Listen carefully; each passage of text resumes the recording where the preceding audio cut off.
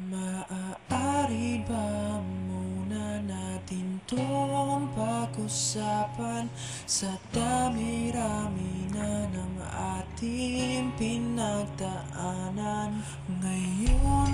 1 year and 7 months na kami ng boyfriend ko.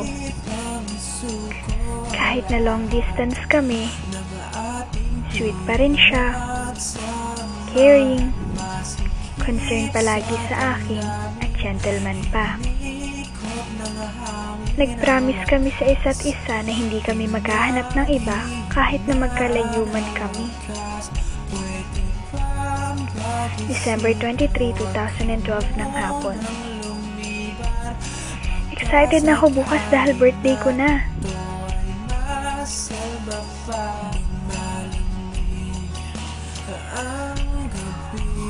6:30 PM na, di pa rin siya nagte-text. Baka busy lang siya sa kanila. Di man lang niya naisip na batiin ako sa birthday ko. Ay.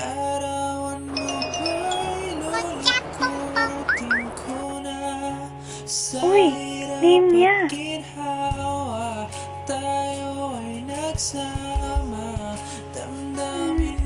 Para kaninong message yun?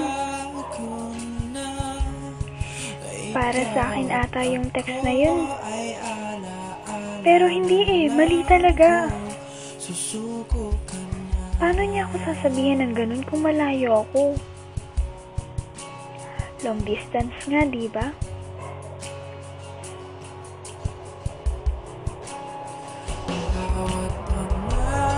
Di man lang niya ako nagawang i-greet sa birthday ko. Samantalang nakuha pa niyang marongsen. Sa birthday ko pa. Ang malas ko naman, no?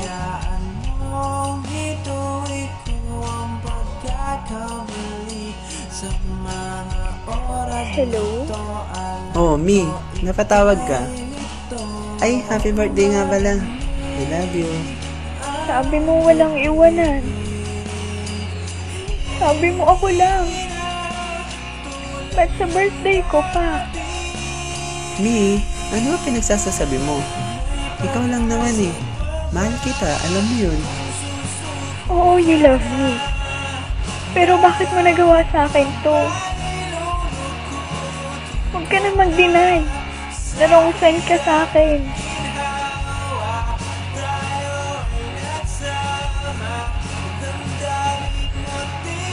Ang tagal naman niya mag-reply.